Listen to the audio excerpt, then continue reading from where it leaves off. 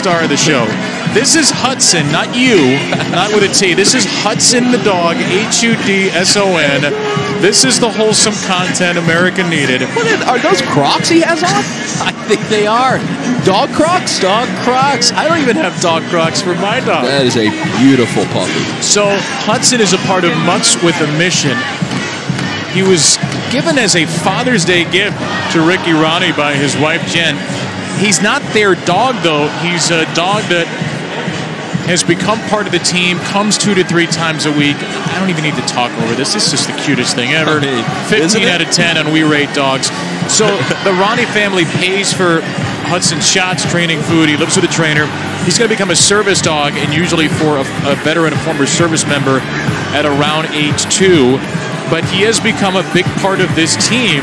The team voted on the name, and Hudson is the name of the light blue color on the Old Dominion uniforms, which is named for a former sports information director of theirs. Now there's the split. Hudson and Hudson. Hudson with a T, Hudson with a D. But guess what? I think I would choose Hudson the dog over Hudson the person. Are you also wearing Crocs? What do you got there? These are not Crocs. What are these things? Which way do you do this? There we go. I don't know. That is awesome. This is the split screen America needs right here. I mean, Hudson the pup wins 10 out of 10 times. We were told that Hudson has joined the team in the ice baths as well. He's a trooper. We're going to take a break. Let's hope this situation gets unstuck soon. Hi, Bill.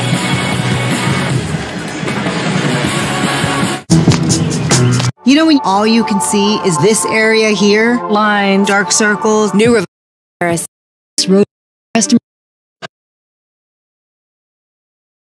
elevator into the coach's box. There is the empty coach's box. Of the year, you're juiced up as much as you can. Hour and a half.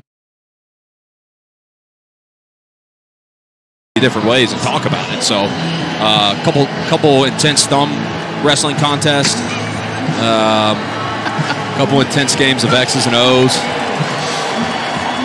Did you hit on 16? You're 90 minutes in. You're like, the heck with it. I'm just gonna double down on everything. I'm splitting threes.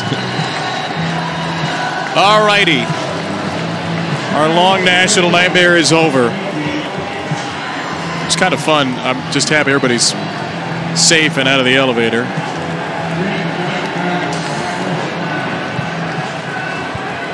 Back to football we go. Who knows what's going to happen now? A 15-minute, 20-second elevator delay. Is there any other sport like this? Come on. James from his own end zone. Ladarian James on the return. And he is wrapped up shy of the 20. So I guess Virginia Tech used the time to diagram some brilliant kickoff coverage. Old Dominion will have the ball to start the second half. Hayden Wolf has had a quiet first half for ODU.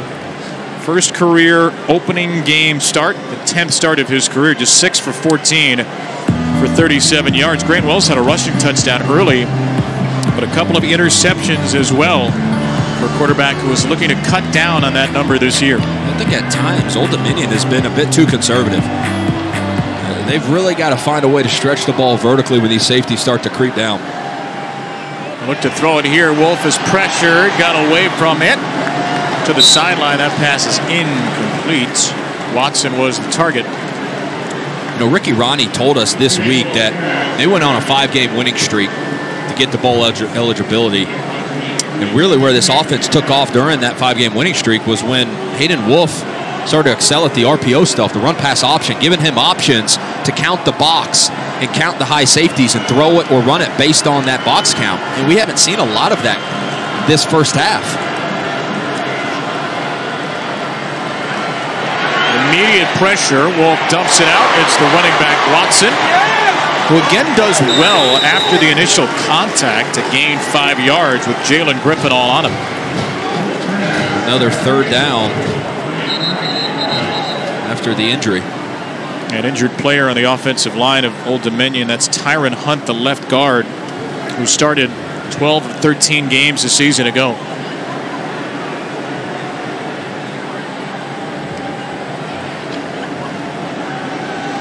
So an offensive lineman that had the same starting 5/8 of the final 9 games last year.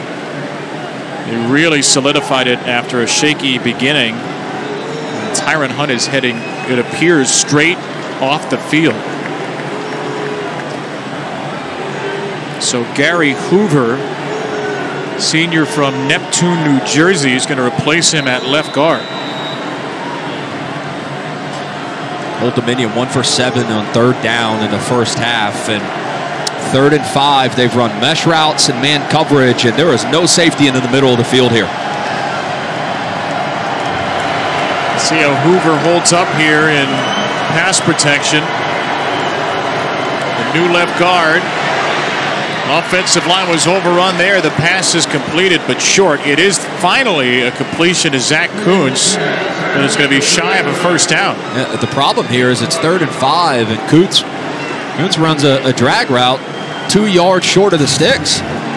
You have to understand where what the necessary depth is to get a first down, and he should push up another step and then come across the field, which would allow him to, when he catches it, at least when he catches it, it'd be a first down past the sticks. Is that more on him than the quarterback? That's then? on him, yeah. Sear Peoples had the coverage. Ethan Dwayne had a busy first half. Low punt. Again takes an Old Dominion bounce. And it is out of bounds inside the 30. Punt of 48 yards. They haven't always looked pretty, but they've been effective for the Australian punter Ethan Dwayne. See what Tyler Bowen does and the amount of confidence that he continues to put in Grant Wells after 2 interceptions in the first half. It's always interesting to see how the quarterback responds after throwing a couple interceptions, but also the play caller. Does the play caller continue to call the game in a way in which he trusts the quarterback? Handoff here to King. Keyshawn King had some nice first half runs, and he has a nice second half run to start. Out across the 40 for 15. As a play caller, how much do you have to love a guy like Keyshawn King, who just makes the free guy miss? How many jump cuts here? How many Old Dominion blue jerseys do you see in there throwing an arm and throwing a body trying to bring him down? And the redshirt junior out of Orange Park, Florida, making his presence felt in this running back room. With some banged up backs, he's taken the lead. And he'll take it again. King through the center for 3. 200 yards of offense in the first half for Virginia Tech. Now they have to deal with Ryan Henry, beg your pardon. Ryan Henry, redshirt senior, suspended for the first half, was hit with a targeting penalty in the second half of the Myrtle Beach Bowl. That does carry over to the next season for a full half. So he is on the field for the first time. Wells, short throw, that's a tight end. Drake Duilius with his first catch. Duilius needed 6, and he got 7. First down, Hokies. Yeah, the thing I love here, Grant Wells sees the blitz. He sees the safety rotation before, and he's got a plan. He feels the pressure. He throws into the pressure. How about that pickup on the blitz by Keyshawn King, which allows his quarterback Wells to get a first down. Flag came out right after the end along the Old Dominion sideline. There is no foul for offensive pass interference because the pass was caught behind the line. First down. Okay.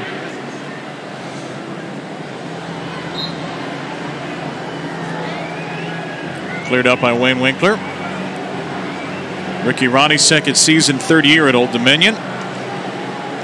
This is where you wonder if a shot is coming with some of these reduced, condensed splits on a first down play. Might well be. There's Gallo all alone, the tight end. First down, and more than that. Maybe not a full shot down the field, but a great job clearing out the left side for Nick Gallo. Oh, it's beautiful play design because Lofton to the field is just basically running a clear out route. He's running his man off, and that's what creates all the space for DeLewis out in the flats. And an easy pitch and catch for a lot of yards after the catch. From the Monarch 31, King again. Trying to squirm his way through the middle, a gain of 4 yards. When you think about what Brent Pry wants this offense to look like this year, this is what I feel like is going to be their brand of football. Tough, physical, 2 tight end sets, sometimes 1 tight end in the game. Running the football, getting into second and manageable here. And now you've got the option and the flexibility and empty for Wells to distribute it how he sees. King's wide to the right. There's a penalty marker down instantly on the incomplete pass to Gallo.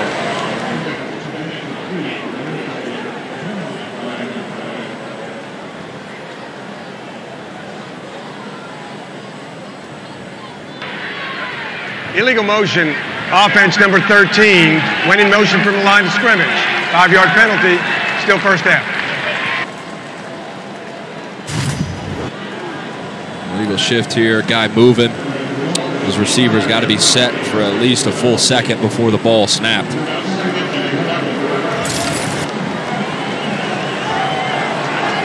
So instead of the 3rd and 6, Old Dominion will accept the penalty to get to 2nd and 11.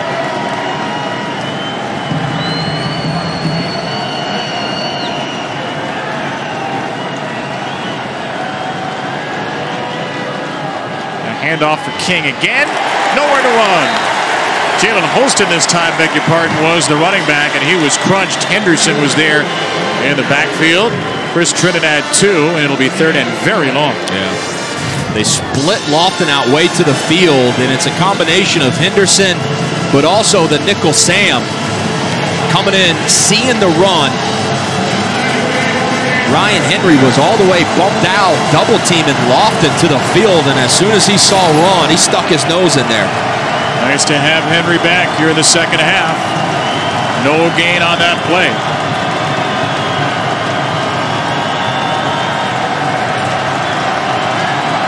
Play clock's running down and ran out. Play of game, offense, 5-yard penalty, still third down. It's officially 8 penalties against Virginia Tech. Brent Wells at the line of scrimmage using a fake snap count. What he was trying to do is see this rotation, using a little snap count manipulation, but he didn't realize that the play clock was under 5. And that's just a byproduct of a quarterback who will learn on the job as he plays in louder environments like this.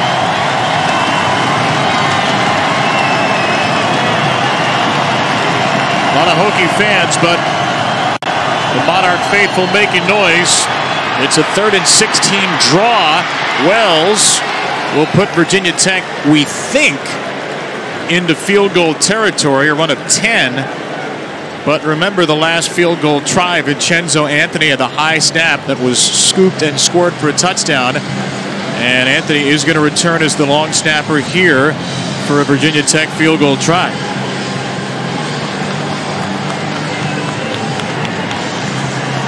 It'll be Moore to hold and Ross to kick.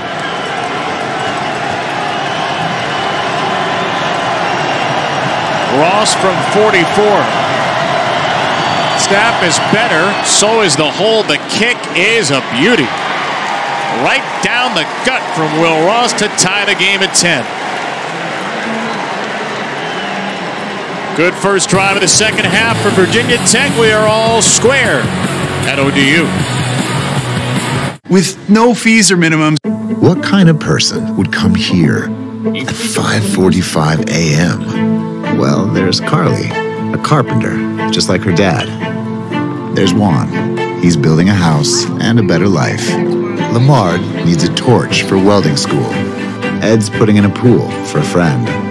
That's who's in our parking lot at 5:45 a.m. Real customers made for doing. And at the Home Depot, everything we do for them. Sometimes a run is more of a run-walk. Walk, walk, walk, run. It's cool. We get it. It's a historic day for Old Dominion. Its first football game as a member of this iteration of the Sun Belt, which they had previously joined in 1982. The Sun Belt expanded by 4 this year. James Madison, one of the best teams in FCS, moves up to FBS. Old Dominion, Marshall, and Southern Miss come from Conference USA.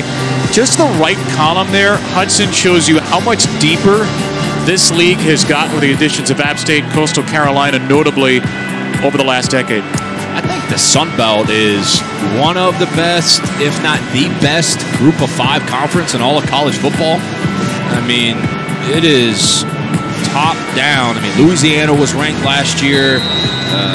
What Georgia State has done the past couple years, beating Tennessee a couple years ago. They took Auburn to the ropes last year. They got South Carolina tomorrow. I think it was a great fit for Old Dominion. I mean, regionally, it makes more sense. The Old Dominion, Coach Ronnie told us, was traveling on average over 1,000 miles for an away game, and now they're traveling only about 500. And I think, too, on the schedule, it makes sense because you're going to get a lot more geographic rivalries. And people want hate in college football. That's what rivalries breed hate. Hate is what makes college football great. So here's your geography. ODU up in the top right. They're going to play James Madison, Marshall, App State every year. The Sun Belt's going to try to make this as geographical as possible. And I love what you just said, Ricky Ronnie, that indifference is bad for college football. Indifference is a killer. Hate is good for college football. He feels like it couldn't be a better move for them. The administration fully on board. Conference USA, some good programs, but it has been a real geographic hodgepodge of a league. And this isn't perfectly airtight. It stretches from Texas to Virginia, but it's a lot better fit for Old Dominion, and the quality of play is very strong, as you mentioned, in the Sun Belt. First down for the Monarchs here, a run for Watson, and he will lose a couple. Nasir Peoples in the backfield. Old Dominion 8 drives so far in this game. They've had 5 3-and-outs.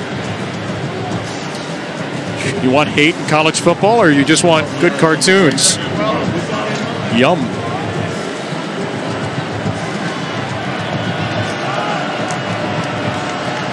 Poor Hokie never had a chance. Second down and 12 for Wolf. As Old Dominion tries to find a spark, just 3 points on offense on the night. Wolf, straight drop, up for grabs, incomplete, contact there, no penalty flag. He was looking for Zach Kuntz, and Shamari Connor, the honorable mention All-ACC safety, was on him. Now, Wolf leaves this ball a little inside, throwing it to his big target, Kuntz, at 6'8". And it's just too, as big as his wingspan is, when you leave that ball inside and you don't give him a chance, it's hard for him to make the play. But Shamari Connor, who decided to come back for his senior year, the secondary of this Virginia Tech defense is the strength. Good no call for you there? Yeah, good no call. Old Dominion just 1 for 8 on third down. A long way to go for Wolf on the run. It is nearly intercepted. Dorian Strong was on it.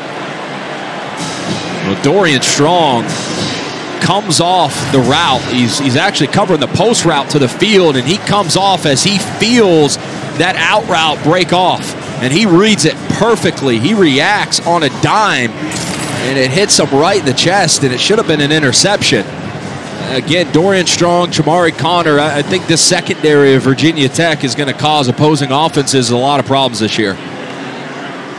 Wolf is 8 for 19 for 45 yards. Higher punt here from Dwayne, and he spins it beautifully. That was touched up, maybe?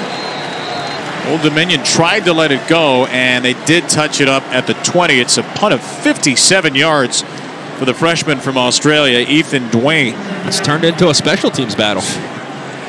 Sometimes that happens on week 1. That's your best unit. The only college football matchup on Sunday night before the NFL gets going next week is the All-State Louisiana Kickoff, part of Xfinity Kickoff Week. Florida State against Brian Kelly's LSU Tigers at Caesars Superdome in New Orleans, 7:30 Eastern, ABC, and the ESPN app. It feels at this point in the game, the team to land the first big shot, first big explosive play, could be the team that delivers the first big punch. Wells down the field here. That's a shot. Dawan Lofton for a first down. Yeah. Pickup of 16 on that throw. What a throw. When you talk about the arm talent, this is what we talked about. When you evaluate the tape of Wells, the first thing that pops off, he can make any throw. That time rolling out to his non-dominant side, can't really step into a throw, and he just flicks it out there. A transfer from Marshall in his Virginia Tech debut. 5,623 yards, 2 years with the Thundering Herd. And a handoff here for Keyshawn King. So when you talk big plays, it's a little bit of a different feeling now for Virginia Tech. They didn't have that under Braxton Burmeister last season. 1 touchdown on 40-yard air throws the last 2 years. Wells by his lonesome at 5. Yeah, what's unique about Wells is as the ball travels further down the field, he actually becomes more accurate. And you don't see that a lot with quarterbacks. And this day and age in college football, you have to be able to create explosive plays. And an explosive play in the passing game is 20 yards or more. Second down, screen play. Old Dominion's all over it. Gallo had the play. It's a loss of 2 on a quick wrap-up from Sean Asbury, the Boston College transfer. Trying to run a little bit of a naked boot, get the tight end out in the flat, which they've had some success with, but Old Dominion has made nice adjustments in the second half, covering the flats. And here Virginia Tech finds themselves again in a 3rd and long situation. Last time Old Dominion decided to rush 3. They've shown a 3-man front here with 2 linebackers, 3 safeties in the middle of the field. Let's see if they play drop 8. They do drop 8, and Wells drops it long. Gallo was the target. Would have been shy of a first down anyway. Old Dominion holds. There's not a lot of routes that you can draw on the whiteboard for 3rd and 12, 3rd and 13. There's just not, especially when the defense is playing 8 guys in zone coverage and they're dropping the spots and they're just reading the eyes of the quarterback. And really the answer there is a check down, and you just kind of have to punt. Maybe you'll find a tight window you can rip it into, but statistically, when you're living in 3rd and long, there just aren't a lot of plays that you could draw up. Isaiah Page at his own 20. Puntapalooza continues with more. Fair catch made by Page. And we turn the page with 6:04 to go in the 3rd. 10-10 in the opener at Norfolk.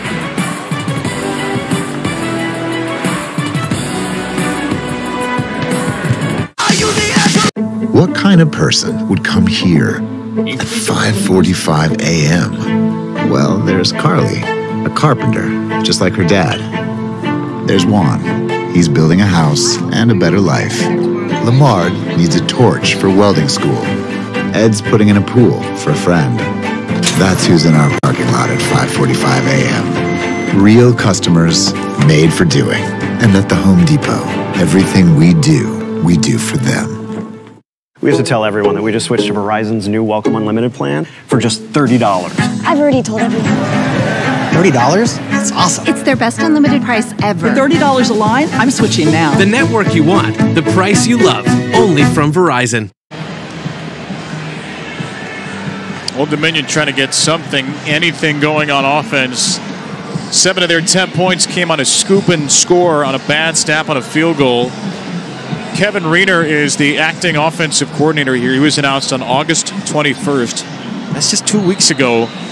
Dave Patno was the offensive coordinator, abruptly resigned on August 12th.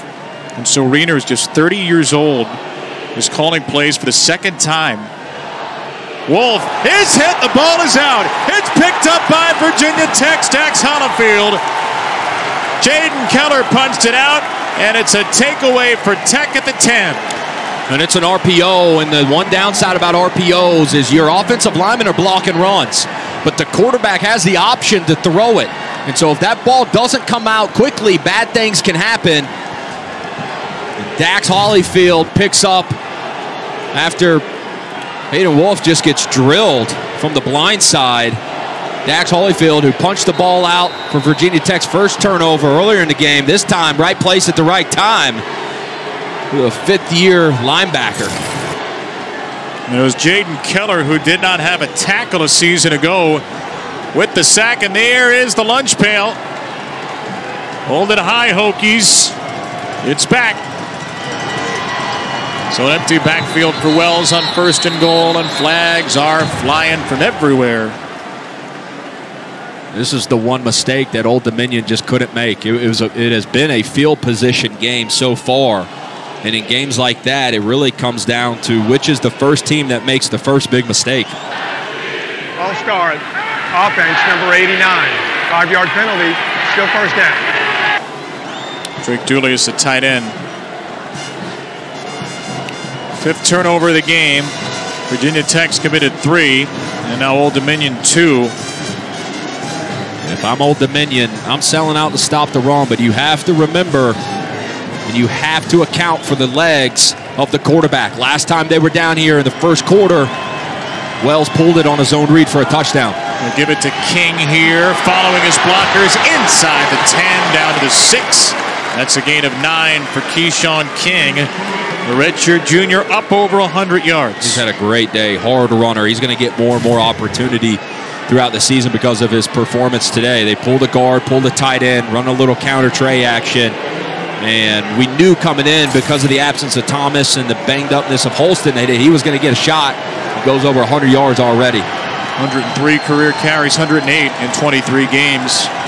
3 rushing touchdowns. He's been the bell cow this evening.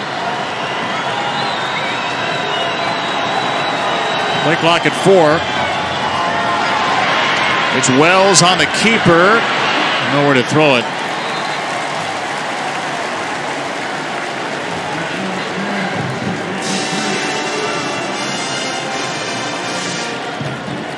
So what now, Hudson Mason?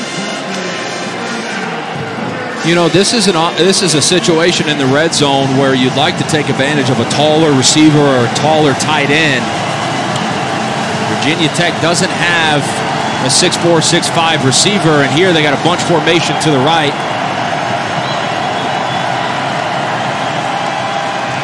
He'll look to the right. He'll throw to the right. It's King all alone for a Hokies touchdown.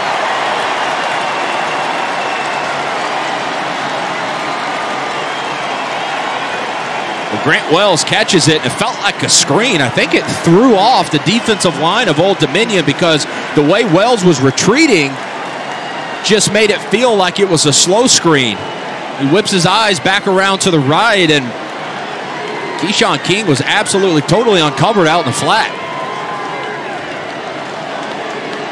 Second career receiving touchdown for King, who had the big 9-yard run to get the Hokies to the 6.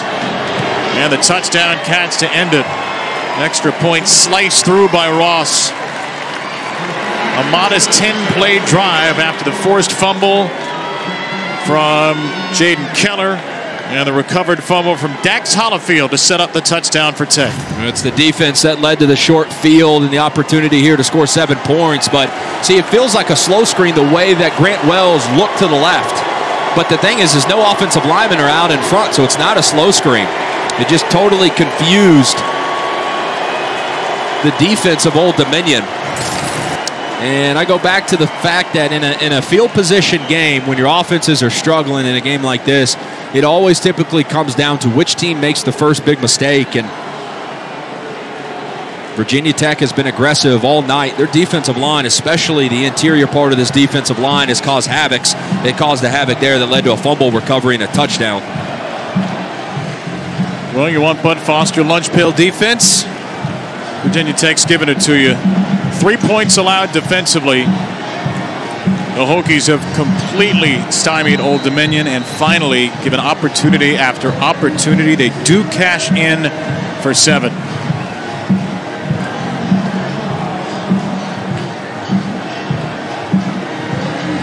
I think if we were wondering about identity and what the identity would be under Brent Pry, so far the defensive identity is right what Brent Pry wanted it to be.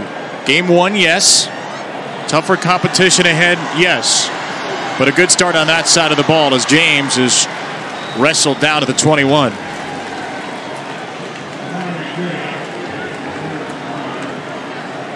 I mean, this was not a good unit last year, Virginia Tech's defense.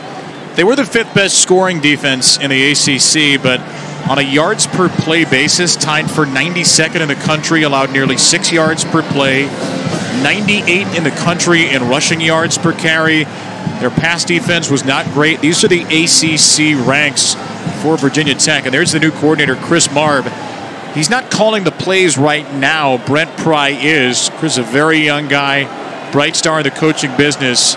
And the expectation is at some point he does take that responsibility. Here's a good first down run for Blake Watson.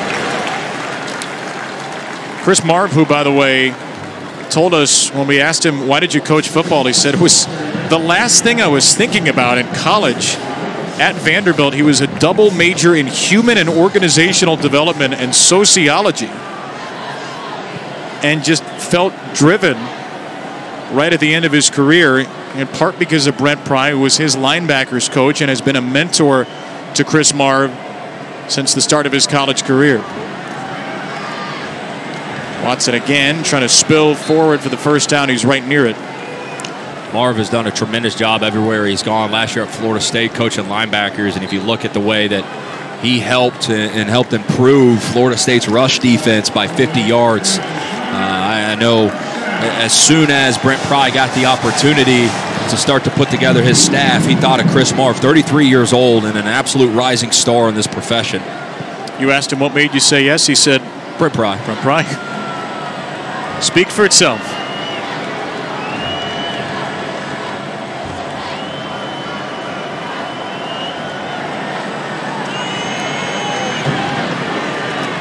Third straight touch for Watson. Finally a first down in the second half for Old Dominion. Hayden Wolff is going to have to change up the snap count because Josh Fuga a couple times now, and that play in particular is getting a beat on the snap count. As a quarterback, the snap count is your friend.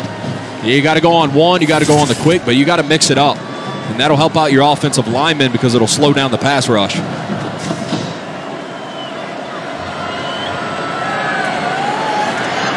Wolff will take a shot into all kinds of coverage off the hands of Keontae Jenkins. That was triple covered.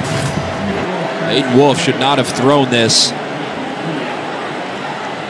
Really gets a pretty good clean pocket, and that is quadruple covered. Quarterback's all about decision making, and it's about placement and accuracy. And, you know, to thrive at this level and against a really good secondary of Virginia Tech, you got to have professional accuracy and ball placement, but you also got to make good decisions. He's got his left guard back in there, Tyron Hunt, for this set of downs.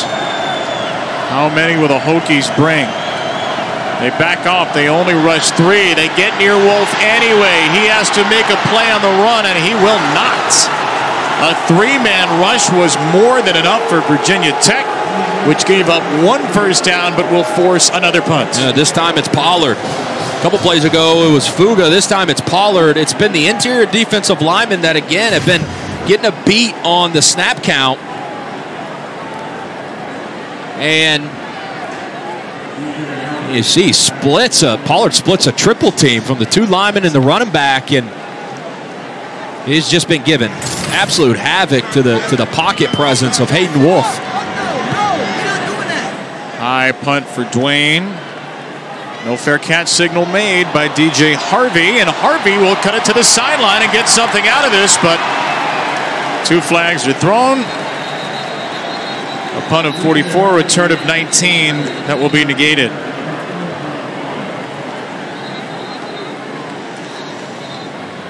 That could be a taped shot from any number of moments in this game.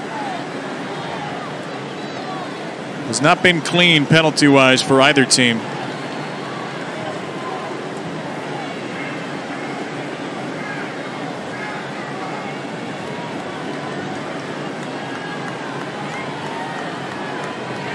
During the return, illegal block in the back, receiving team number 40. 10-yard penalty, first down.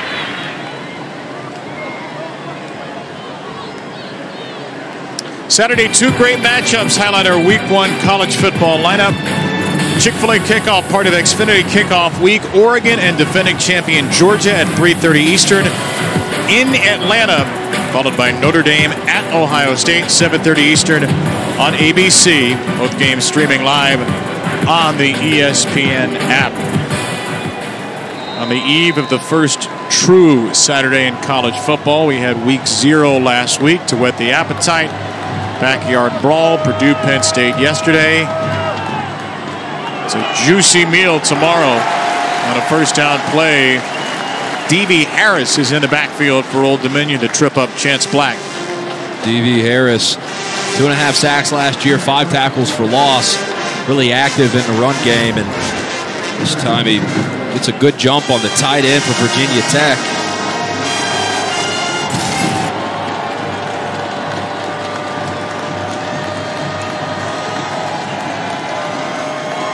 Again into the hands of Black.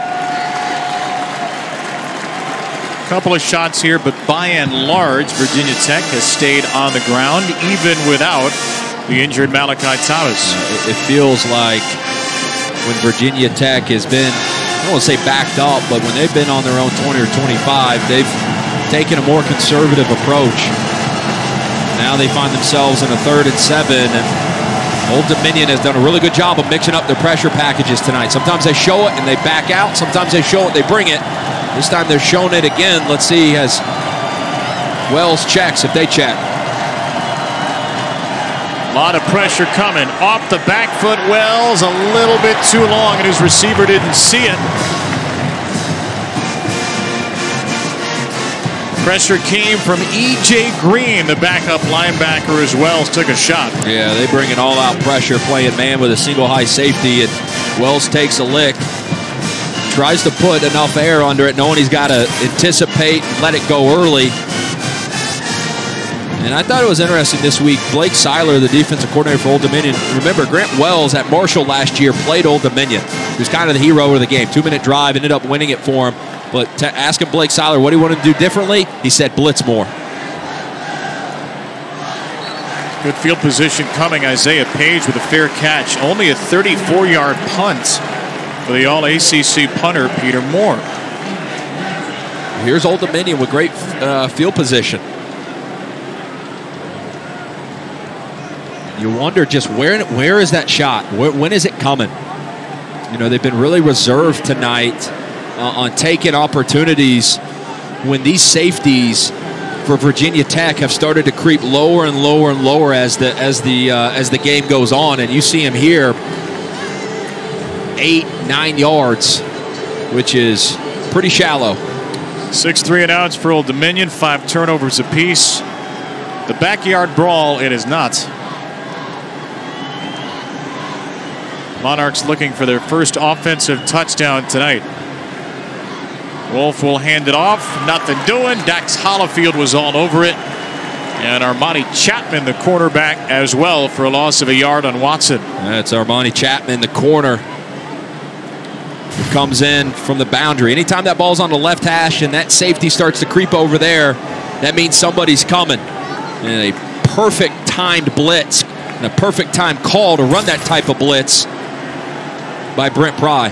Breon Murray, the other corner at that side, suspended. They felt like Chapman was trending in the direction to start anyway. Wolf just didn't get rid of it cleanly. Had the comeback for Jennings. That was not cleanly released, and maybe the pressure's starting to get to Wolf a little more. Yeah, Virginia Tech has done a good job of making him move his feet. There haven't been a lot of clean pockets, and here, you know, the Hokies only bring 4. And that's a clean pocket. You have to make that throw. That's as clean of a pocket as you're going to get in college football. What do you see here from Wolf's eyes? They're showing no safety, but 24 is about to roll.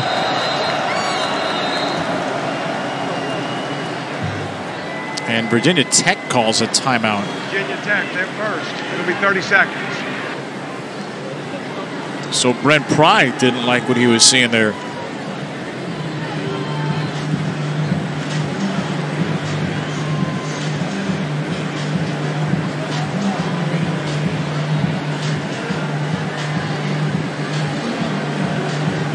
What can you do here offensively if you're Old Dominion? When you have taken pure straight dropbacks and tried to throw the ball downfield, you know, your quarterback has gotten hit. You really hadn't had enough time to really allow deeper routes to develop down the field. Guys like Norrell Pollard and Josh Fuga and Jalen Griffin have been living in the backfield all night. You max protect. If you max protect and you keep 7 in, then you know you're giving up a guy running a route. So I feel like what you're saying right now out loud is probably what's spinning around Kevin Riener's mind, as Hayden Wolff has gone 8 of 22 in this game, and it feels like no matter what they've done, they haven't found the answer. There have been a lot of easy completions for Wolff tonight. You know, and I think that's one thing when they watch the tape again, whether they win or lose, for Coach Riener will be a learning moment. Is we've got these really athletic receivers, big, tall tight ends. There's ways to get creative and allow them to catch the ball on screens or catch it more in space with separation to make a guy miss. 3rd and 11 is hard, no matter if you're calling plays for the first time or you've been calling plays for 30 years. 3rd and 11, rush of 4. Wolff will throw it. Pass is complete. Couple of yards shy of a first down. Jennings on the comeback route, and on 4th and 2 at the 44. Got to go for this, right? Yeah, I mean, depending on if it's actually 1 yard or if it's less, the ball is spot. But you know, Jennings needs to take one more step. Again, knowing where the chains are, really 2 more steps. This isn't 4th and 1. This is a long 4th and 2. Running back is Watson. 15 seconds in the quarter. Wolff lobs it up for Jennings. Lot of contact there. Flags are flying from every direction. Nasir Peoples had the coverage, and it was a little too much.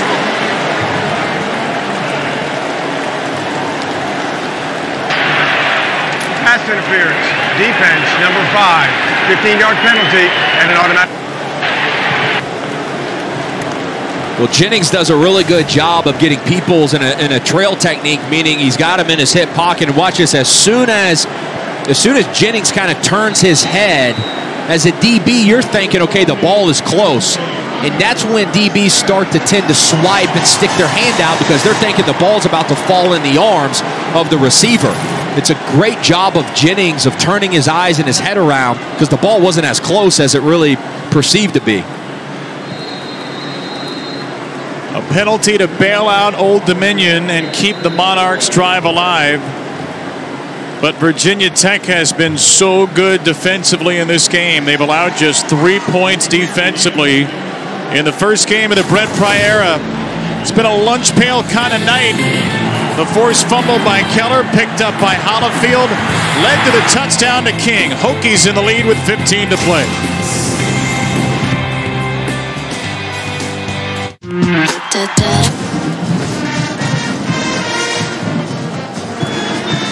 Back to SB Ballard Stadium in Norfolk.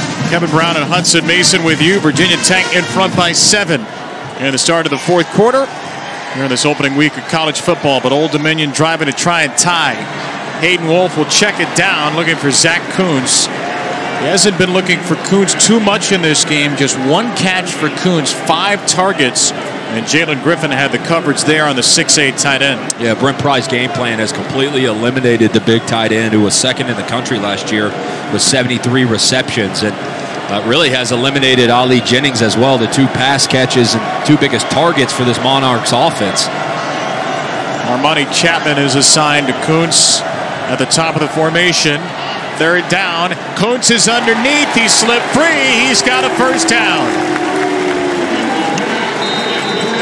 It's really one of the best reps tonight from a pure progression standpoint and getting to the backside of a progression by Hayden Wolff. Eyes on the right side of the field. His 1st and 2nd read weren't there, and he comes back over the ball and finds his big tight end. From the 17, Watson. Hard charging for 2. Let's go back to that 3rd down play. Yeah, watch Hayden Wolff's eyes. Right, they start on the right side, but Kuntz is on the left, and that's something that as he gets more reps in this offense and he gets more time with his new offensive coordinator, Coach Riener, he'll get more comfortable with getting through his reads, but it was a big-time pickup on 3rd down. Kuntz to the right on 2nd down and 7.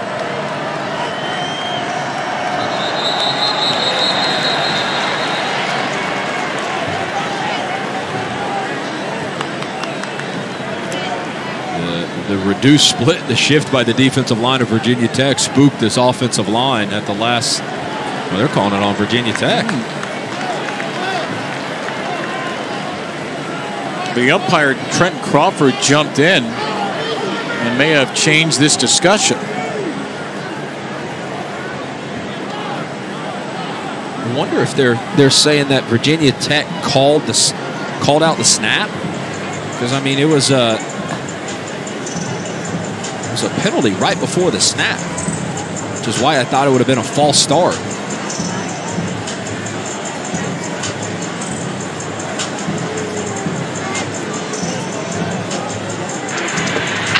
Delay of game, defense, number 4, for disconcerting signals, calling the offensive speed.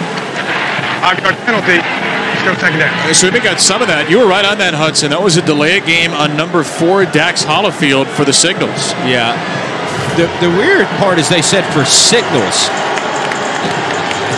As this defensive line reduces, it's hard to know unless you're out there, but look at Dax's reaction. I mean, they essentially called him for calling out the offensive snap count, but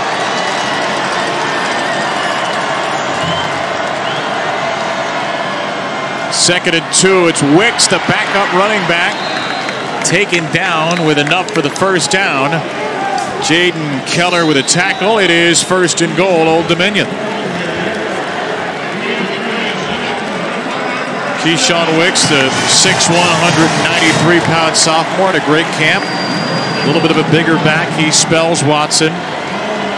Just the 10th first down for ODU, which has still not scored an offensive touchdown. Woods has one-on-one in the slot to the right. Low snap, Wolf will look that way for Kuntz. He overshot him. Coverage was there from Jamari Connor. Again, when you have a big body tight end like that, you have to give him a chance to go up and make a play. The overthrow is really the worst possible thing. And that ball almost sails out of the back of the end zone.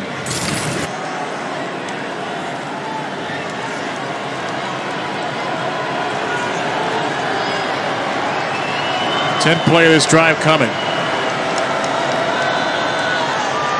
It'll be a run to Wicks, swimming his way, keeping his balance across the 5, worming down to the 3. Hollifield made the stop. Yeah, it's been like a battle between Dax playing that middle linebacker position and the running backs for Old Dominion that have been really patient. He almost kind of squirted this one out, but Holyfield was right there to make the tackle.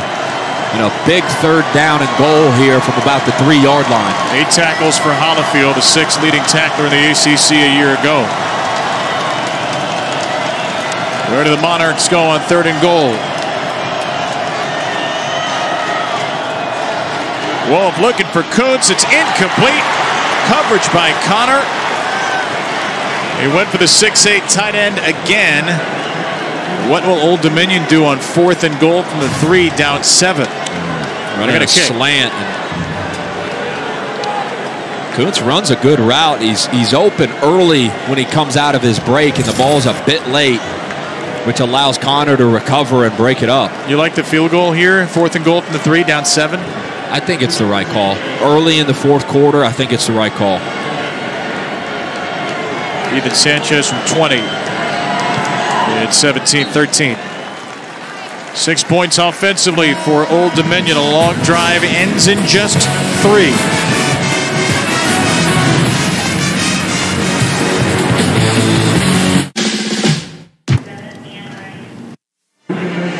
Beautiful moment between the first and second quarters today. Those 2 kids are Foster and Cam, 6-year-olds who became best friends in a local hospital here in Norfolk because they were both undergoing treatment for leukemia.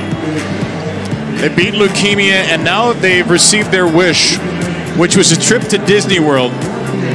The kids are children of parents of ODU and Virginia Tech alums. Their wish was to visit Disney World together, and on the field, in between the quarters, they were surprised with that wish. A wonderful moment here on this opening week of college football. Foster and Cam have a great, great trip down at Disney World. 2 friends for life. On the return, Chance Black Up to the 29. Virginia Tech will have it there. 12:24 to go and a 4-point lead in this first game under the new head coach, Brent Pry. First game under the quarterback, Grant Wells. How's he played so far?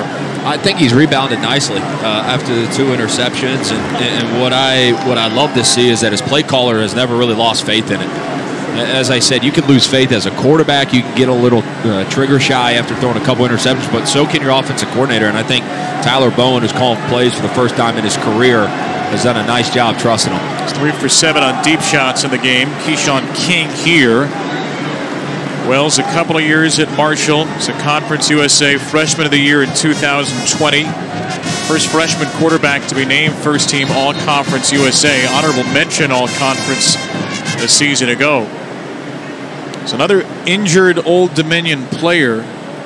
That's Robert Kennedy, the touchdown scorer from the first half.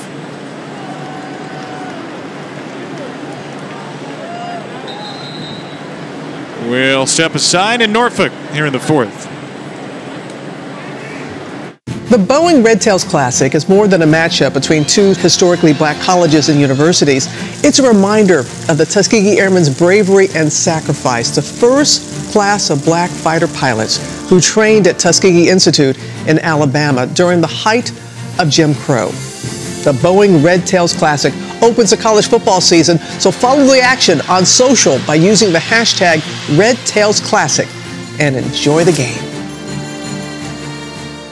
So sweet, so crispy. Nobody makes breakfast as good as Wendy's new home-style French toast sticks. Nobody. Nope. Keep talking. I can't hear you. I should probably stop. Choose wisely. Choose Wendy's new.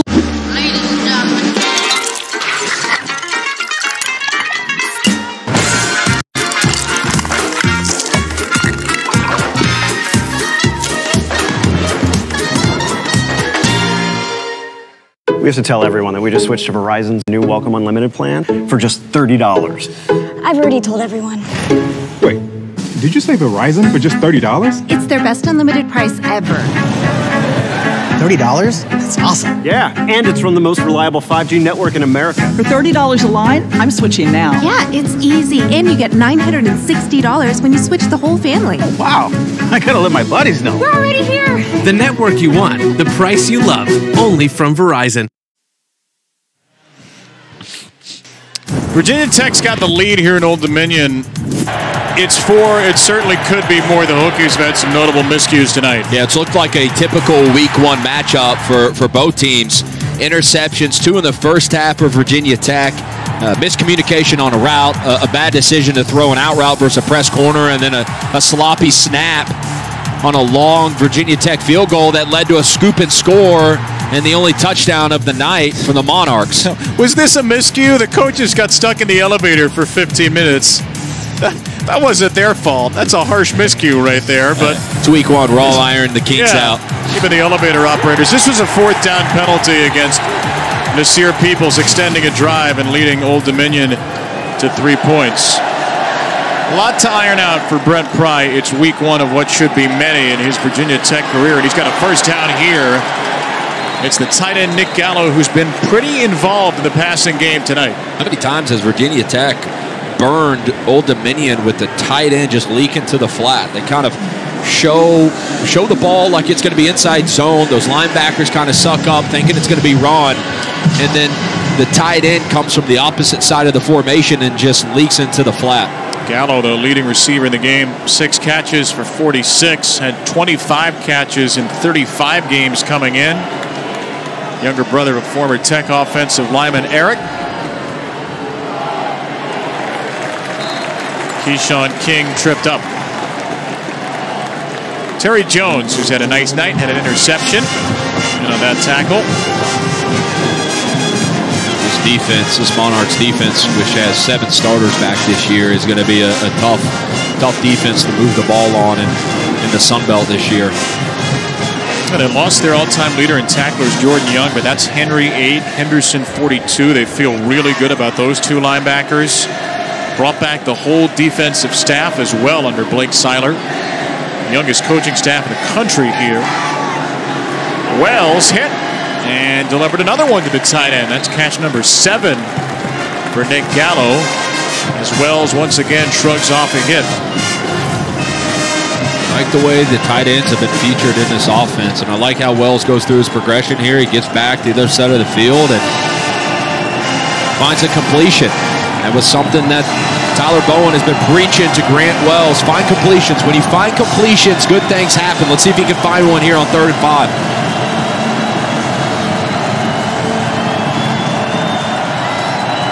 First down line is just across the 47. That's not going to be a fumble recovery. Illegal snap. Offense number 55. 5-yard penalty. Still 3rd down. Johnny Jordan hit for his second penalty. 13 against Virginia Tech. Now what happened there is Grant Wells is trying to either change the protection or change something. And remember, your offensive line can't see you, right? And so they're a little bit on edge. They're expecting set hut. And so when you walk up to the line of scrimmage and you yell something, sometimes it can spook your offensive line, and I think that's what happened there. There have been some snafus for Virginia Tech tonight.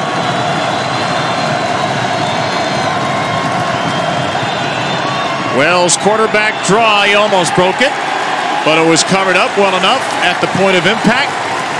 And no gain. Jason Henderson, Chris Kane were in there. A punt coming up.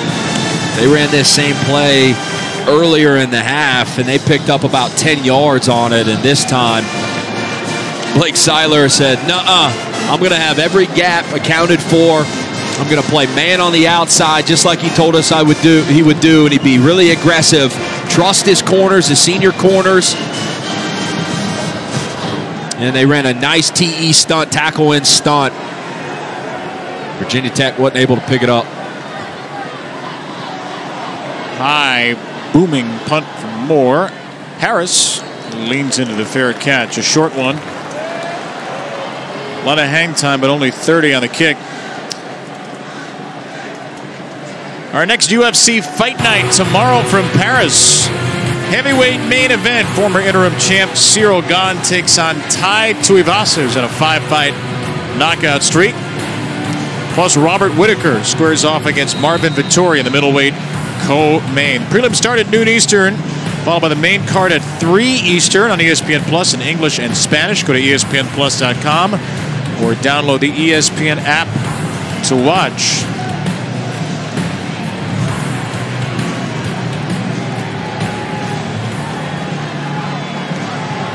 Old Dominion winners of 5 consecutive regular season games to end the season last year. They were really humming offensively.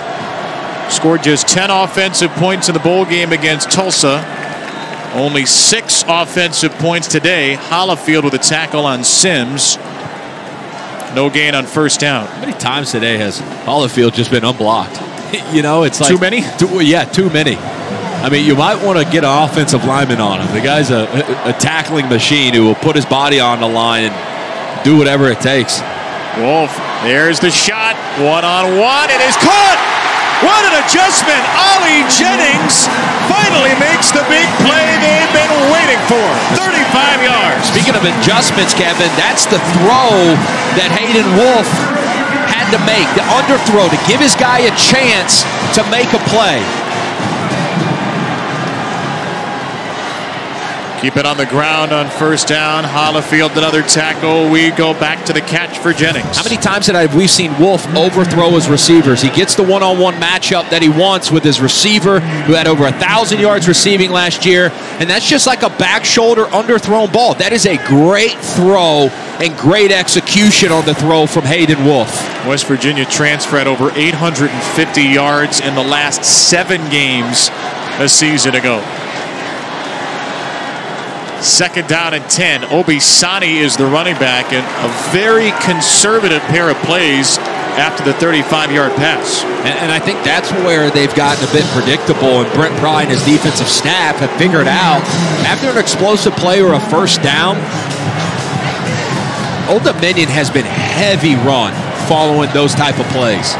They've got to do something to break up the predictability after a big play or a first down, coming back with a run, because Virginia Tech has it totally sniffed out. It's 2 for 13 on third down. Wolf Up top again. This one is incomplete. Tight coverage by Armani Chapman on Jennings. They took another single coverage shot with Ollie Jennings, and Virginia Tech was all over it. Yeah, this is really good coverage by Chapman. Give him credit. Earlier in the game, he panicked when he had his back turned, and he got charged for a pass interference.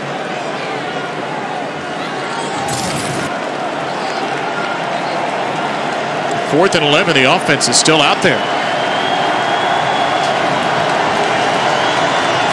I wonder if we would get a quarterback punt here. Kuntz alone to the left. Nope. Wolf's going to throw it. Needs 11. Incomplete. Into the center of the defense for Jennings. Virginia Tech holds strong. Dorian Strong with a coverage for the Hokies.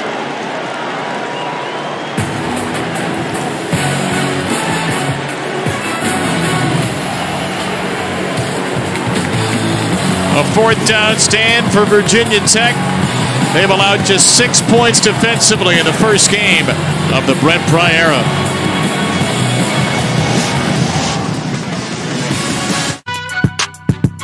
Finished? The greatest story ever played, the College Football Playoff on ESPN.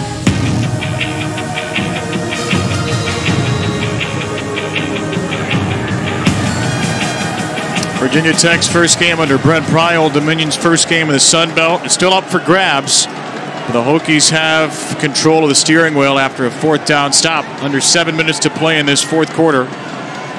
Grant Wells, a touchdown pass, a touchdown run in his Hokie debut, and a handoff here, a broken tackle, and a nice open field tackle made on Keyshawn King. That was Taj Rael, the backup safety, to hold King to a yard. Tell you what, the one positive coming out tonight for Virginia Tech has been Keyshawn King. 117 yards total is what he rushed for last year. He went over 100 tonight alone. And with some guys that are still TBD in that running back room, like Holston and Malachi Thomas, I think they've found them another running back. Wells will look his way again. He has broken so many tackles tonight, King. That play should have been stopped for just a couple of yards. Instead, it's a slithery first down. I mean, you could put a teach tape together tonight alone on breaking tackles and being slippery in space. I mean, he's just been doing this all night. Guys just bounce off of him. The body control, the elusiveness. Had some sporadic opportunities in his career, nothing more. Redshirt junior from Orange Park, Florida. Tackled by Jason Henderson, who has 13. But King has been the man. Malachi Thomas in a walking boot. Jalen Holston, a six-year senior, listed first on the depth chart, has played a little bit. He hasn't shown the explosiveness that King has. And frankly, we went into this game not knowing what skill position players would step up for Virginia Tech. We have an answer now at running back. Holston replaces him for a 2nd and 9. Clock ticking toward 5 minutes. Holston will take it. Through the middle, gets about 1.5 yards.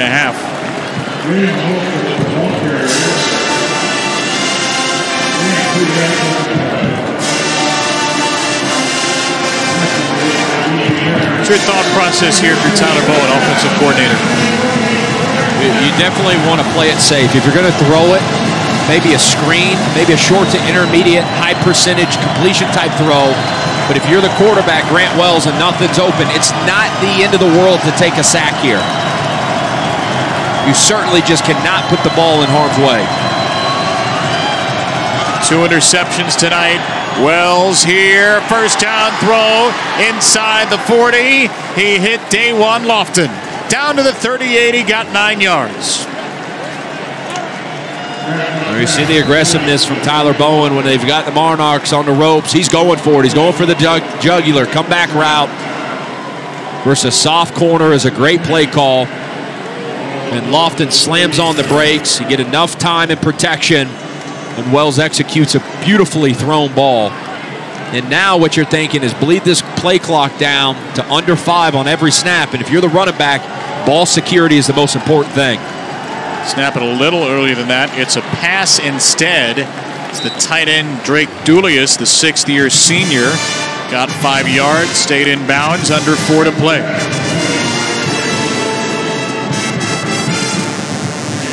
Just don't get the sense that this is going to be a big air it out kind of team. We've seen some faster tempo today, but they have started to win with their physicality. I agree with you. This isn't going to be a team as the season goes on that throws the ball 40-plus times a game. They want to be balanced. Their head coach is a defensive coordinator. He wants to run the ball and play really good defense.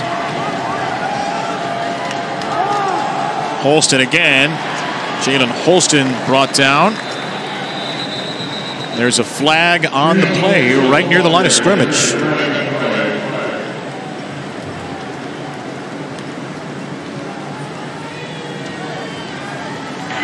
Illegal formation. The offense had more than 4 players in the backfield. 5-yard penalty. Replay second down. That is the 100th penalty yard at the end of that. 14 penalties for Virginia Tech. And it's such a dumb, self-inflicted penalty that's just going to drive Coach Pry crazy. The clock was running. You've got momentum. And that's just a matter of not communicating and not understanding how many guys should be in the backfield and how many guys should be on the line of scrimmage. Stop the clock with 3:12. Wells will run it. Wells goes down. Hung onto the ball, but that was all he did. A stoppage with 3:06 to go.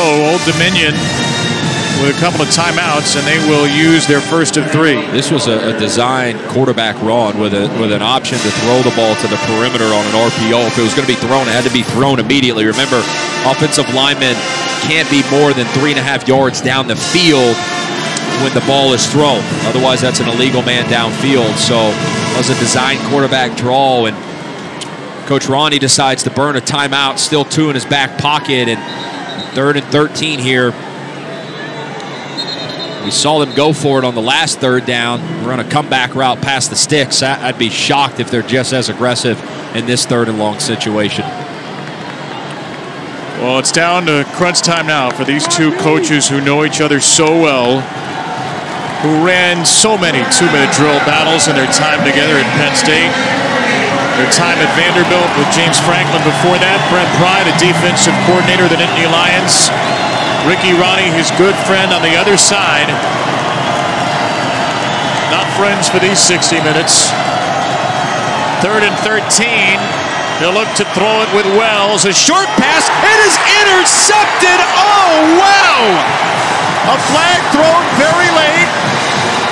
Ryan Henry had the interception right out of the hands of a Virginia Tech player, Holston. There was a very late flag thrown as well. Grant Wells' helmet momentarily off. Yeah, the penalty is going to be on Marcus Haynes of Old Dominion. He blindside hits and blindside blocks.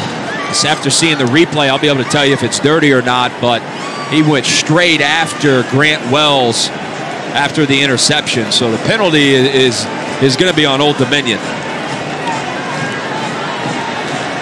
Wells shaken up after the hit. After the play was over, sportsmanlike conduct, number 9 of the intercepting team. 15-yard penalty, first down. That's number 9's first unsportsmanlike conduct foul. So the interception will stand for Old Dominion. The Monarchs will have the ball on the 3rd interception of the game thrown by Wells right out of the hands of Holston here. They're trying to hit a couple over routes by the tight end and the slot receivers, and it's covered well. And Wells just drops it down to his running back, and you know, it's a tough situation because is it a catchable ball? Yes, there's the unsportsmanlike conduct hit from Marcus Haynes. You know, as a quarterback in that situation, I see where Grant Wells thinks that, okay, I'm just checking it down, and he hits the running back right in the hands, but threw it pretty fast, and it got on him quick. Running backs aren't known for having great hands, and as quarterbacks, we're always taught, you know, take a little bit off when you throw it at a running back. And There were multiple blue jerseys around, and a tip ball's typically in zone coverage always lead to interceptions because in zone coverage, there's a guy behind the defender. Well, the last graphic you saw tells a story that Virginia Tech in one game has matched 1/3 of its season total from a year ago in turnovers. Some good moments for Wells in his Hokie debut, but 3 interceptions. A bit of a backbreaker here as his team gives up control of the throttle. And can Hayden Wolff, on a night where Virginia Tech has flummoxed and frustrated him at every level, pull some magic out of thin air? From his own 26, Wolff has a wide open receiver. It's Jennings. What a start that is. Ollie Jennings wriggling free here in the 4th quarter for 24. You get Jennings running the corner out from the slot, and you get Kuntz, the tight end, running the out route. Watch the corner, number 9, drive on the underneath route, which leads to the big play over the top. That was Chapman, the corner, who went under. Jennings went over from midfield. This play negated. Wolff was looking for Jennings again. False start. Offense number 53. 5-yard penalty. Still first down. Kadir Kunta with a 6th penalty for Old Dominion.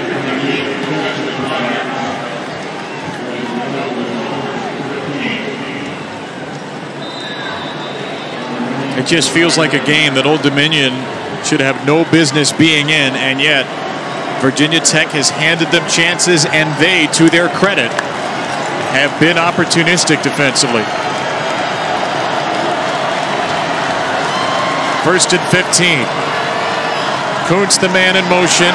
Trouble with a snap. It is up for grabs and incomplete. Holifield all over Kuntz. A risky decision by Hayden Wolff after the bobbled snap. A low snap, bad snap, excuse me, picks it up and throws it behind. Holyfield gets his hands on it, and Keontae Jenkins slips in the middle of the field. Otherwise, it would have been a pick. Xavier Black, the walk-on center, with a low snap, replacing the 6-year player Isaac Weaver.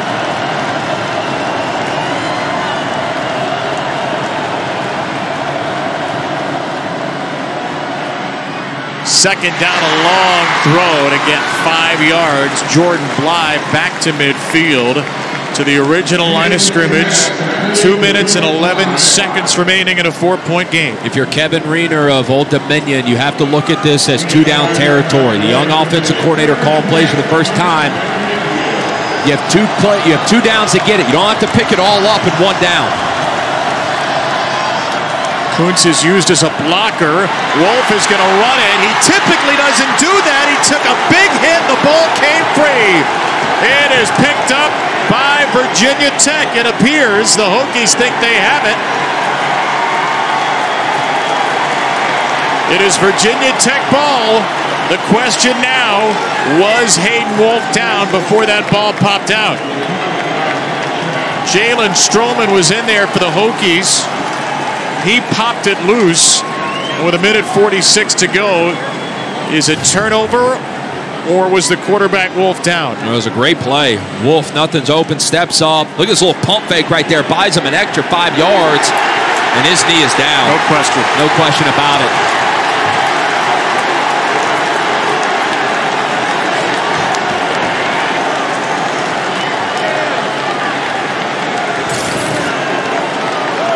Monarch offense is just going to hang out for a moment as we're in replay purgatory. This should not take long. But we'll build the drama for you and go to break here. 1:46 to go. Who's going to have the football when we come back? When you're awake. Old Dominion has the ball back after video review. Hayden Wolff, the quarterback, clearly down on a play that was originally called a fumble. There's the knee, ball in possession. So 4th and a yard here from the 41. What are you looking for Old Dominion? Well, Old Dominion in short yardage situations like this, they've tried to run the ball right up the middle. But that pesky, stern front seven of Virginia Tech has not allowed them to get much yardage on situations like this.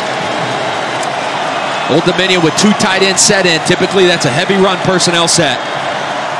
It'll be Watson. It took way too long to develop, but then Watson got free anyway.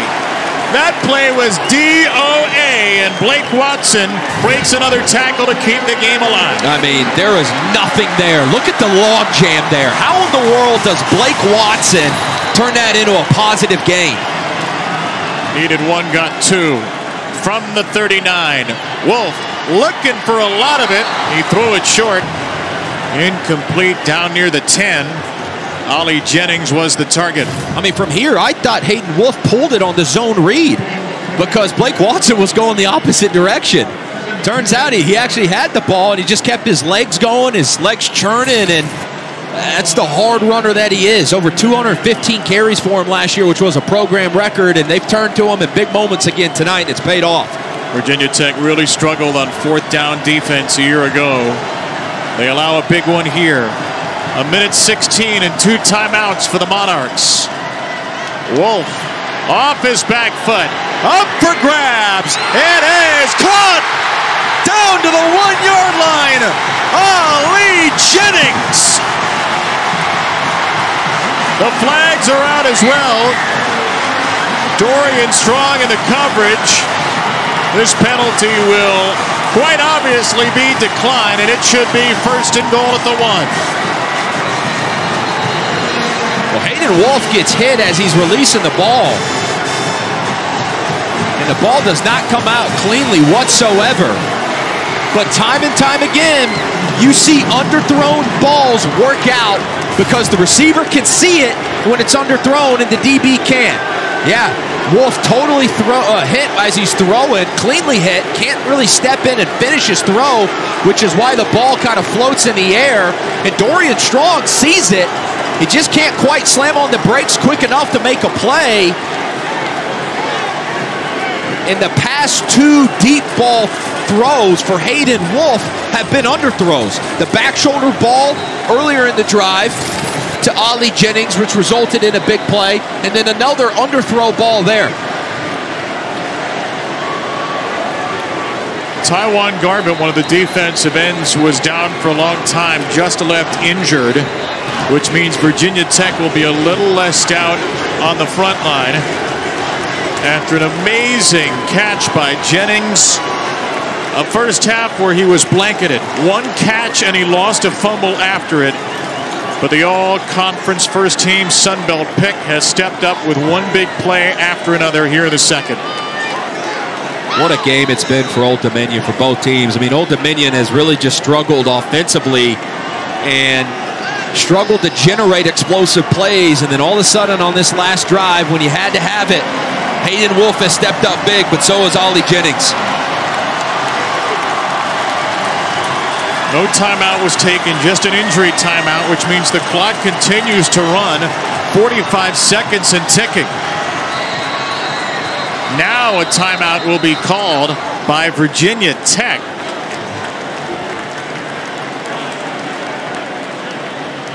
A lot of time bled off there as compared to if Brent Pry had called the timeout in the first place. 41 seconds as the Hokies use timeout number 2, and Ricky Ronnie, red-faced, will walk away from his Old Dominion huddle. He is fired up. What a program win this would be. You think that guy cares? You think that guy's passionate about what he does? Look at him. He wants it. He and Brent Pry, along with James Franklin, helped rebuild Penn State in one of the nation's elite programs. Ricky Ronnie took this job, took over a team that didn't play a season in 2020. 643 days without a game, started 1-6 a year ago. Some way, somehow, they scrambled to get to a bowl game, winning 5 in a row, and now they are trying to take down a Power 5 opponent in Virginia Tech for the 2nd time. 1st and goal for the 1. It is Watson. Watson is hit. Watson falls forward. Is he in? He sure is. Touchdown, Old Dominion. Blake Watson breaks the plane.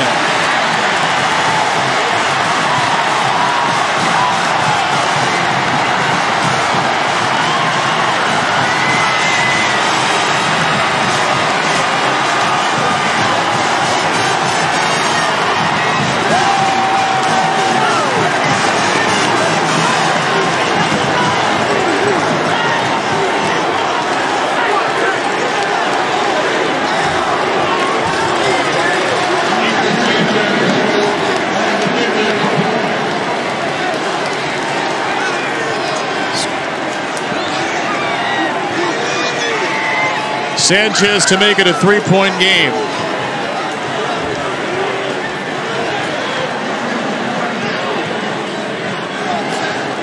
Couldn't hear the microphone there of Wayne Winkler, but it appears we will have a review as to whether or not Watson did break the plane.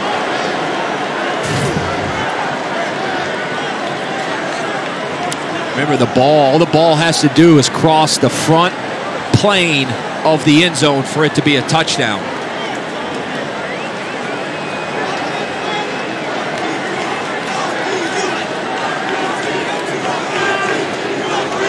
That's going to be hard to tell from that angle. The best angle is going to be from down the line. This angle right here. Originally gets hit and knocked backwards, but again just keeps driving his feet. And you're looking for that ball. I don't think it's in. And it is hard to tell. So many bodies, so much traffic in there. Creates a blurry picture. And the fact that the ruling of the field is touchdown is so consequential here, because I'm not sure we ever see that ball get across the goal line on that last angle. I'm with you. I don't think I see clearly that the ball crosses the plane. But you always, as we saw earlier on the fumble review, is there clear evidence to overturn it? And that's what I'm wondering right now. Is there enough evidence for the replay officials to see to overturn this?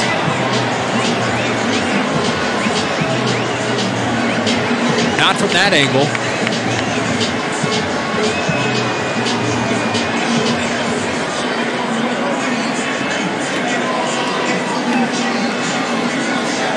I mean, I don't see a ball ever. Maybe from the other end zone view. Remember, it's the ref that is calling it has a better angle than we do, right? The ref is on the other side of the end zone, closer to where the ball was.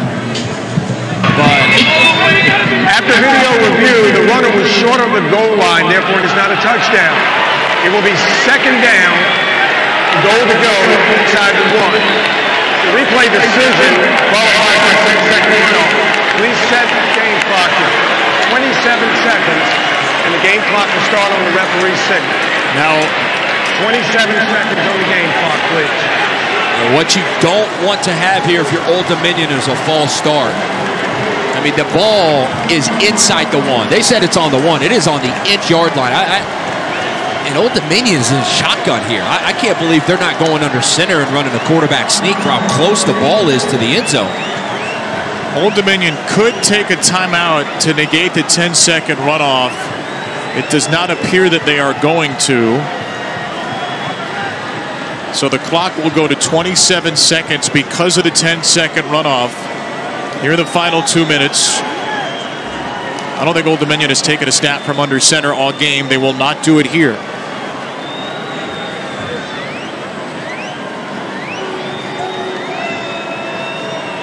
Ricky Ronnie can barely watch. I mean, Virginia Tech is expecting run up the middle. They're going to sell out 9 guys to stop the run.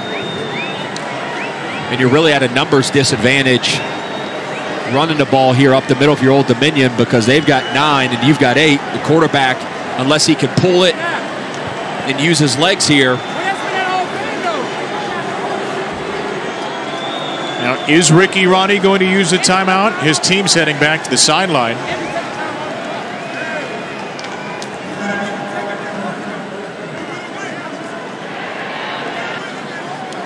You know, this is where, and you're exactly spot on, Kevin. Old Dominion has not been under center all game.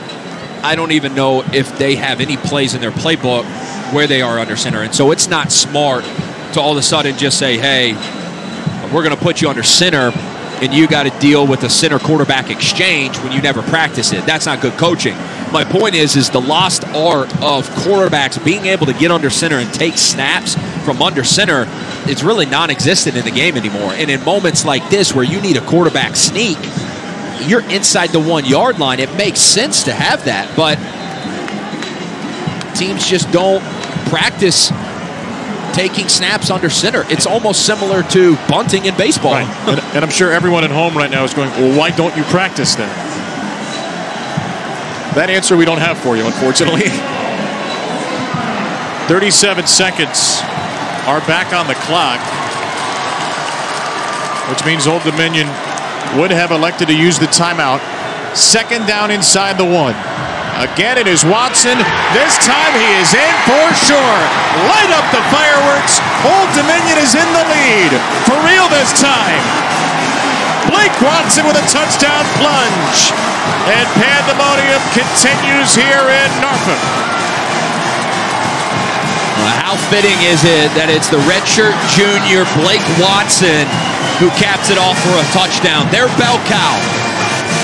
Over 1,000 yards rushing last year, and Ricky Ronnie told us a fresh running back is a good running back, and that's what Blake Watson is. 74 yards down the field after the interception. The ball that went through the hands of Holston into the hands of Henry, and Blake Watson, who ran for 1,112 yards a season ago, with one of the biggest yards of his life.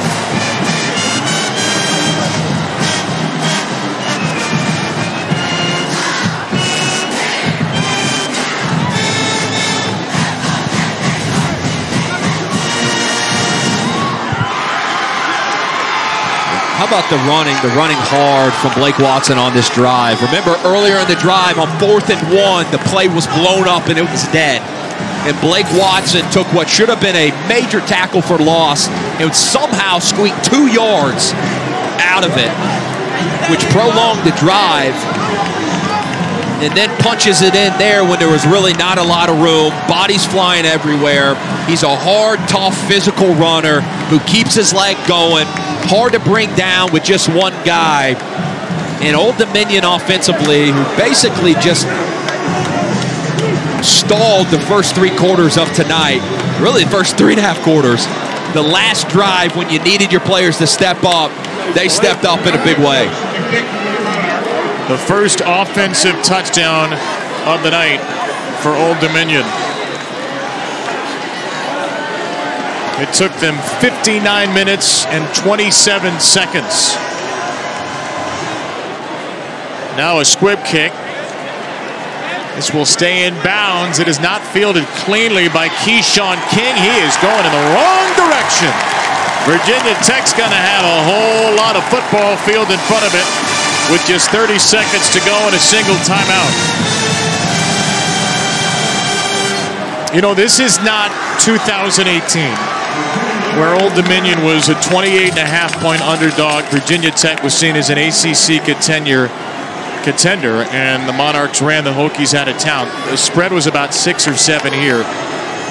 In a way, it could be bigger because of what this Old Dominion program is now and what this could mean as a launching pad in their first game of the Sun Belt. They have 30 seconds to close it out. Grant Wells needs a lot of yards. Down the sideline, into the Virginia Tech bench. It's Connor Blumrick, and he somehow caught the ball, but did he come down in bounds? He did not. It is an incomplete pass and a shot to Blumrick. Well, how about this throw from Grant Wells? He puts it right over on the sideline where it has to be. I mean, just a dime. Only puts it where his guy can get it. And the safety for Old Dominion with the play of maybe the game to force him out of bounds before Blumrick can get his foot down. That was the little U safety, Taj Rael. Wells, 2nd and 10. Down the field to Blumrick again. Overthrown, contact.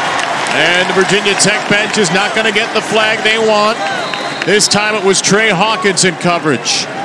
And Hawkins is still on the turf with 15 seconds to go.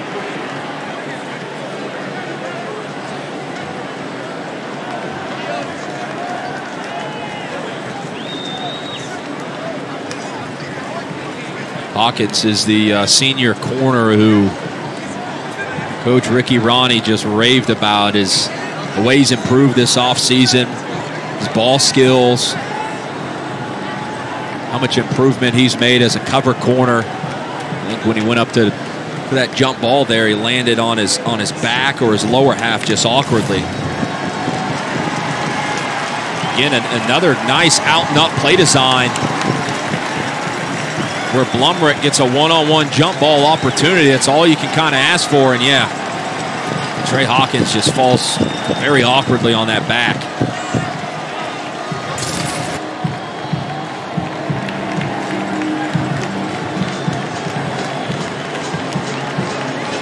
Down to 15 seconds remaining. Hawkins will have to exit for at least one play. Virginia Tech, with a new kicker in Will Ross, feels comfortable up to around 50. That means they need to go about 55 yards in the next 14 seconds. I don't know where that one is in the playbook. Your Old Dominion, you cannot let anybody get behind you. Wells way down the field. It is into coverage. It is intercepted. It is over. Lamarian James has sealed the victory for Old Dominion. And fittingly, it comes on a takeaway.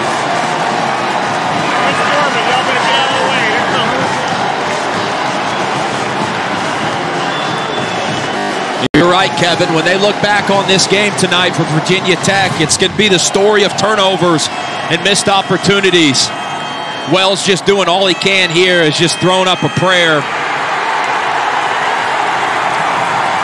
But Old Dominion,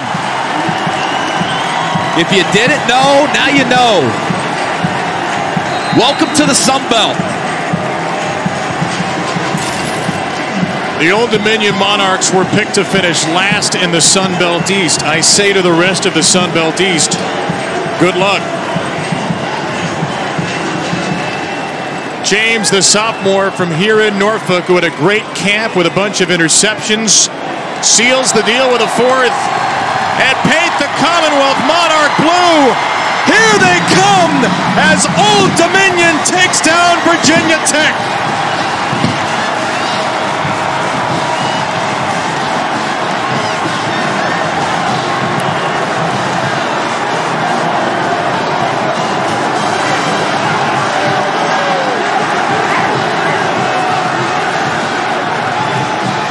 The largest crowd in the short history of Old Dominion football has spilled onto the turf.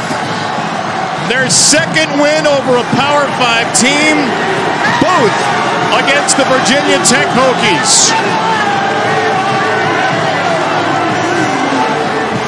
College football, we missed you so much, and yet we did not realize just how much we missed you. What a statement win for Ricky Rahne and his program.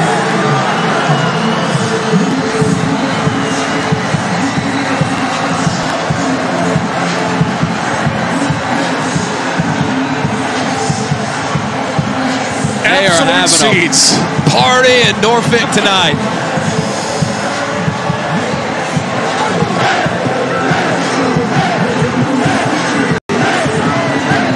If you're a restaurant or a bar owner in Norfolk, you might want to think about changing your hours for one evening only.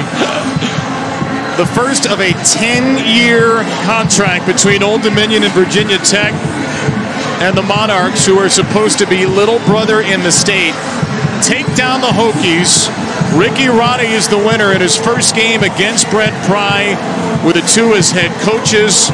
The longtime friends, the longtime Penn State cohorts and coordinators went head-to-head, and Ricky Rahne's Monarchs, who took nearly the full 60 minutes to score an offensive touchdown, have won it 20-17. Maybe the signature win of the FBS era for Old Dominion, and an amazing entry into the Sun Belt. And maybe the outsiders are surprised by this outcome, but people in this Old Dominion program, people that follow college football, and especially you and I, Kevin, this doesn't surprise us, because when you look at the depth that Old Dominion had coming back this year, the starters, the experience after last year's bowl run, 10 starters back on one side of the ball, 7 back on the other, 7 on defense, 10 on offense, an experienced quarterback, and a team that knows how to fight, and a team that has grit. After starting the year with 1 win, they rattle off 5, get to bowl eligibility last year, and they start this year with a bang. You know, Ricky Rahne told us that the 5-game win streak to end last season meant nothing. He said momentum disappears in an off season.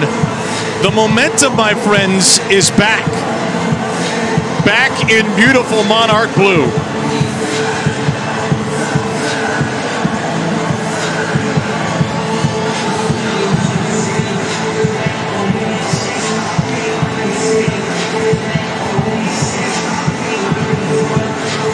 This is everything college football is about, what you're seeing right here in Norfolk, Virginia. A program that started playing in 2009 has, for the second time in as many meetings here in Norfolk, taken out a program that began playing football in 1892.